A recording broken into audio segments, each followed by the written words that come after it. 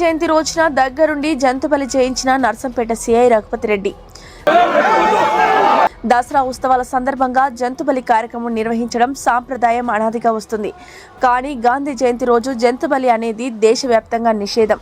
జంతువులను బలి చేయడం, మాంసాన్ని విక్రయించడం నేరం అని చట్టాలు స్పష్టంగా చెప్పినప్పటికీ నర్సంపేట పట్టణ సిఐ మాత్రం అందుకు విరుద్ధంగా దగ్గరుండి నర్సంపేట పట్టణంలో జంతుబలి కార్యక్రమాన్ని నిర్వహించడం. గాంధీ జయంతి రోజు మాంసం, మద్యం విక్రయించరాదు.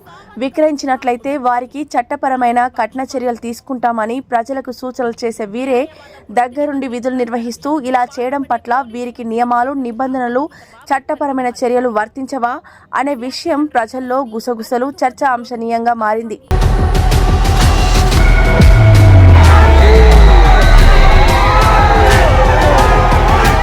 పై అధికారులు సిఐపై ఏ విధమైన చర్యలు తీసుకుంటారో వేచి చూడాలి అని కార్యక్రమంలో పాల్గొన్న వారు కొంతమంది అంటున్నారు.